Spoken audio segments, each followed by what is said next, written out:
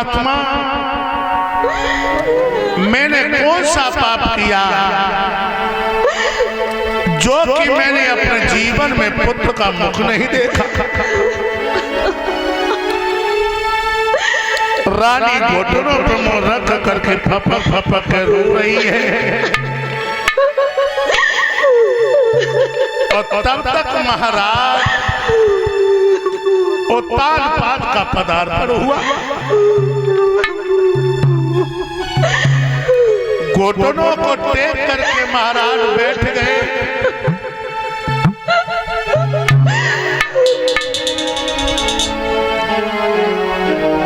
रानी ने अपना सर लिया, महाराज की गोदी में ढुलका दिया। जब गरम गरम आंसू महाराज की जंघों पे पड़े, महाराज ने अपनी रानी का सर उठाया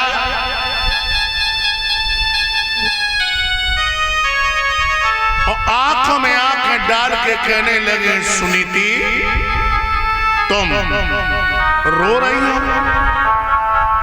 कहने लगी, पिया मैं रो रही हूं।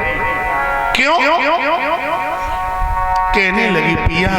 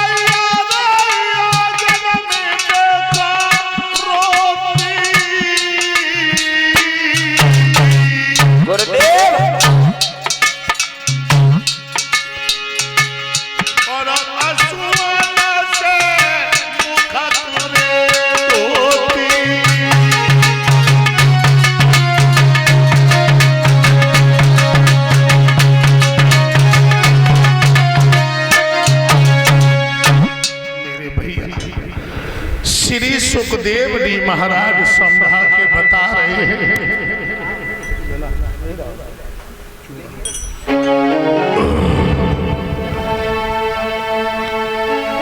मेरे भैया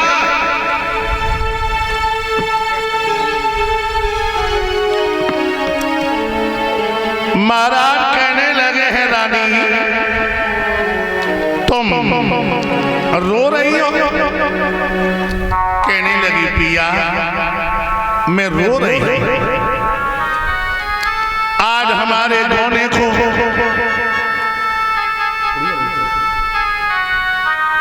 14 साल हो गई। मेरे गर्भ से किसी बेटा ने जन्म नहीं लिया। महाराज कहने लगे, हे रानी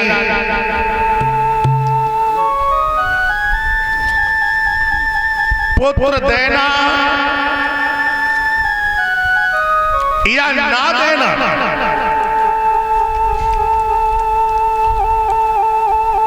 ये भगवान की लीला है। इसमें हमारा तुम्हारा कोई अधिकार नहीं है। अरे जिनकी मर्जी से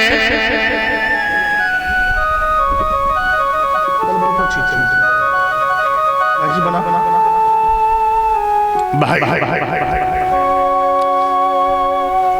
अरे जिनकी मर्जी से नर के द्वारा हिरणी गर्भाधान भई हो,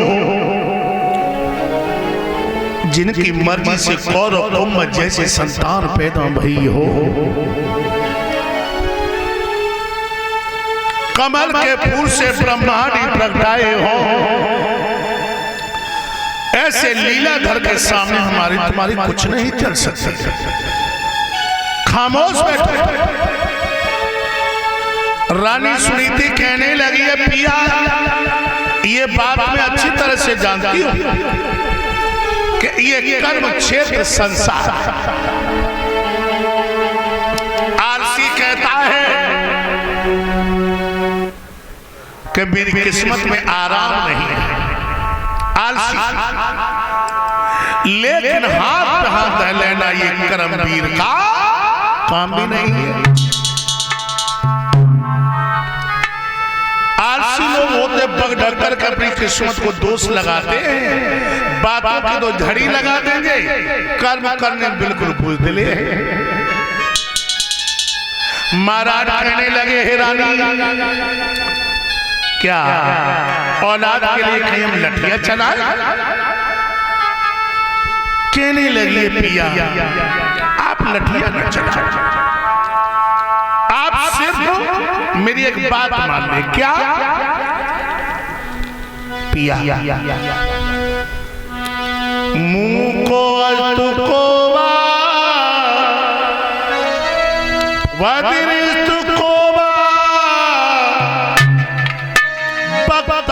युक्तम समय समर्थम। गूंगा कौन है जो उचित सीख दे न सकता?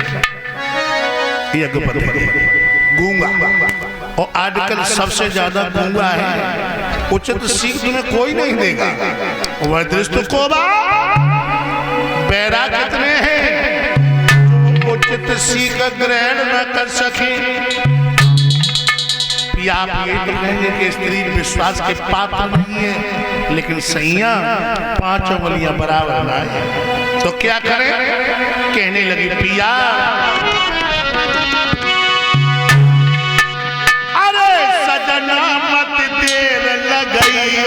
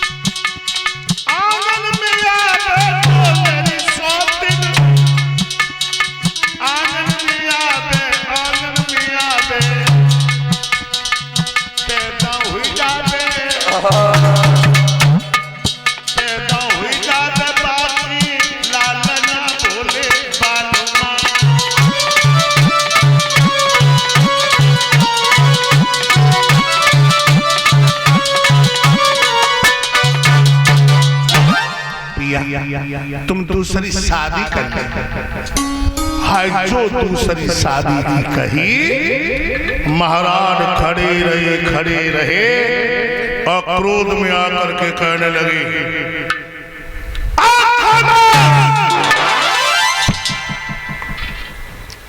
तुमने कोई नशा कर लिया? कहने लगी पिया,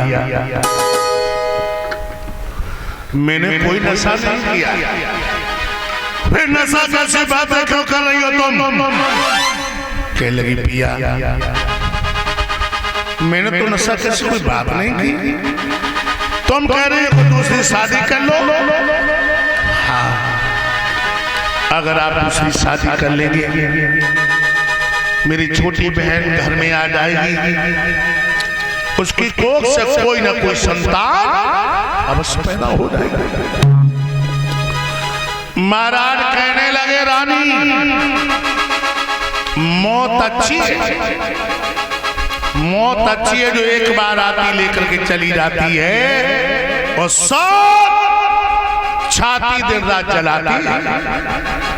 और जिस घर में दो नारियां होती हैं उसमें दो नाली भी हो जाती हैं और दोनों दो तरफ निकलती हैं और घर में एक और नहीं रहा।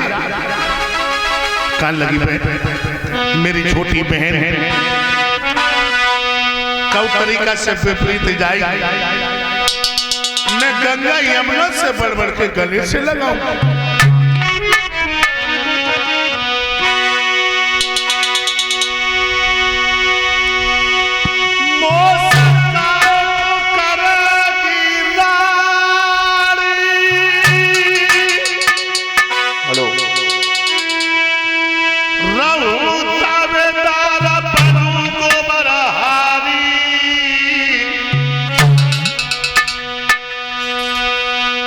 तने पे ढगड़ा करिए सैया मुख करियो दिया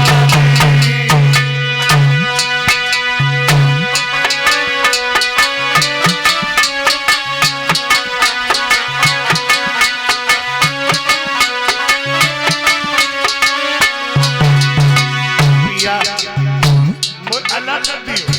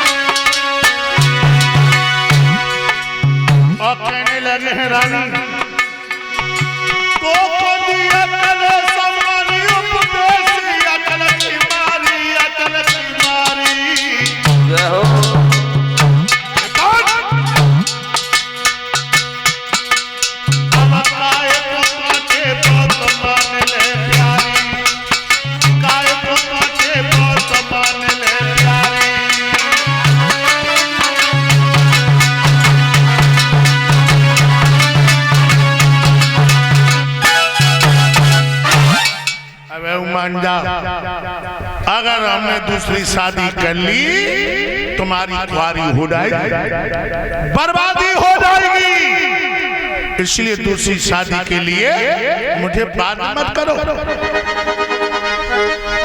श्री सुखदेव जी महाराज परीक्षित जी को समझा के बता रहे हैं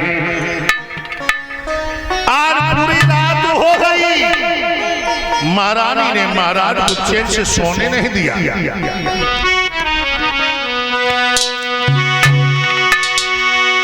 ए राजा रानी दुखी कर्म की लिखी तरह नहीं टाली और रोने धोने की रात रे बीत गई पंचों साली।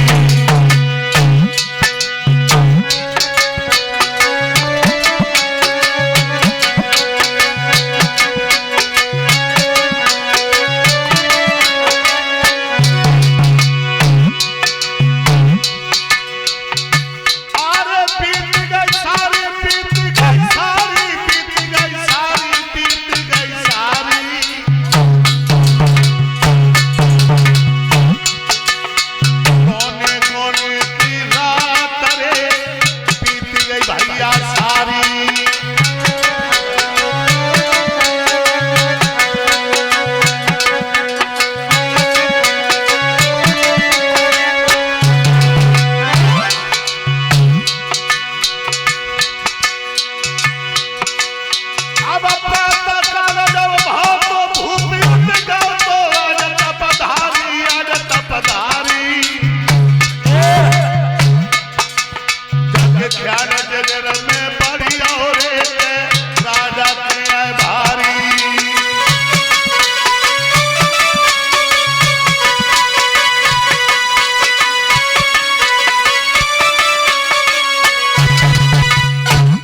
मेरे भैया राजा रानी दुखी कर्म की लिखी टरे न टारी और गोने गोने की रात बीत गई सारी।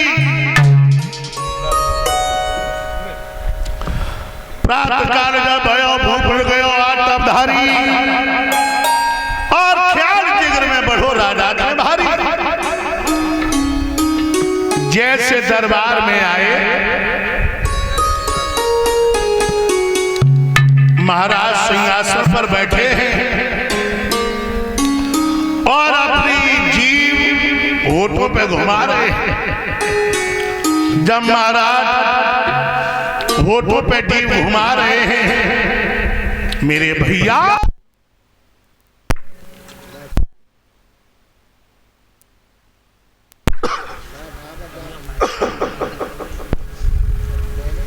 भाइयों, जब मंत्री की नजर पड़ी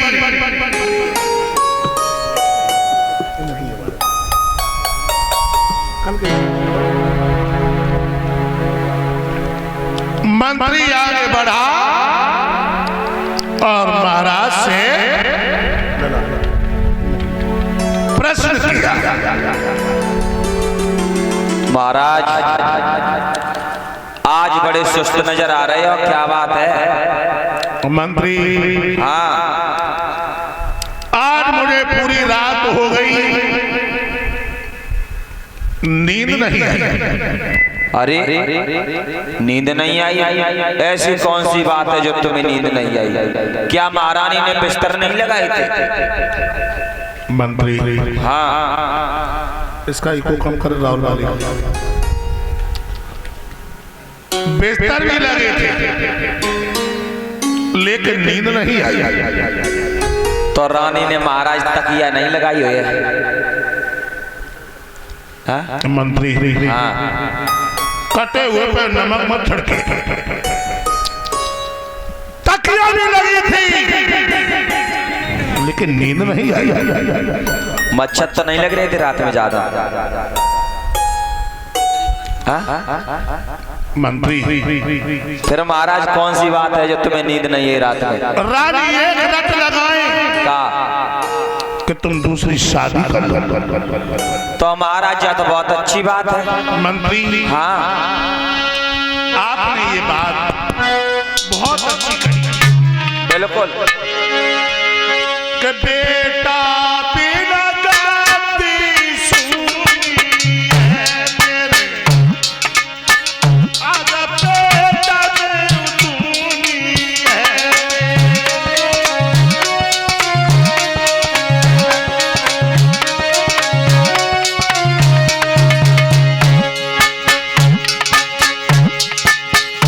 बन जाए तब मैं कबूनी है तेरी, वही दर्शे कबूनी है तेरी।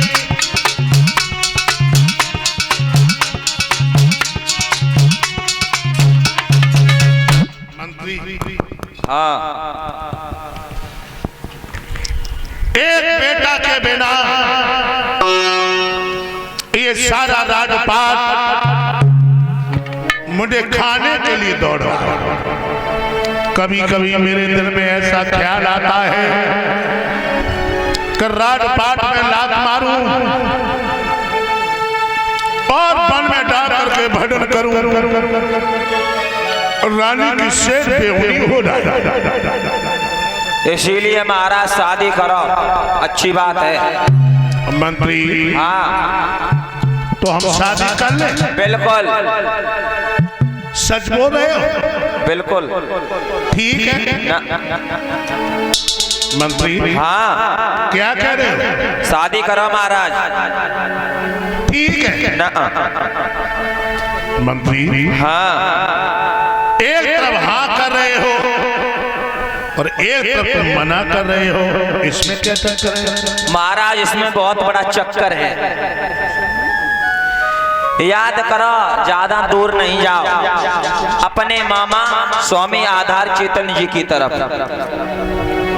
जब उन्होंने पहली शादी की थी तो खुद्दन नगरा छोड़ के महाराज कुसमरा आए थे। और जब उन्होंने दूसरी शादी की थी तो कुसमरा छोड़ के आगरा पहुंचे। तो महाराज तुम्हें बहुत लंबो जबां पर है, तुम्हें बहुत लंबो जबां पर है। तो इसका मतलब हम दूसरी शादी करें ना? अब नहीं महाराज, शादी करो, बाद में फिर देखी जाइए कोर्ट कचहरी जो कछ हुई। शादी करो मंत्री। हाँ आ गई। अच्छा, देश विदेश में पत्रों का बेहतर करो।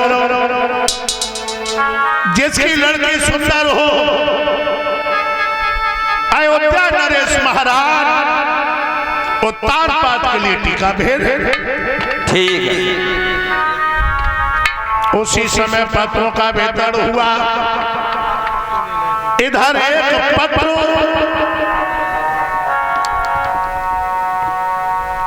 महाराज के लिए भिजवाया। महाराज उत्तान पात बारात लेकर के पहुंचे। एक राजा है जिनकी लड़की का नाम है सुरुचि, जो यौवन की देरी पे कदम को रख रही है। भावना पड़ी।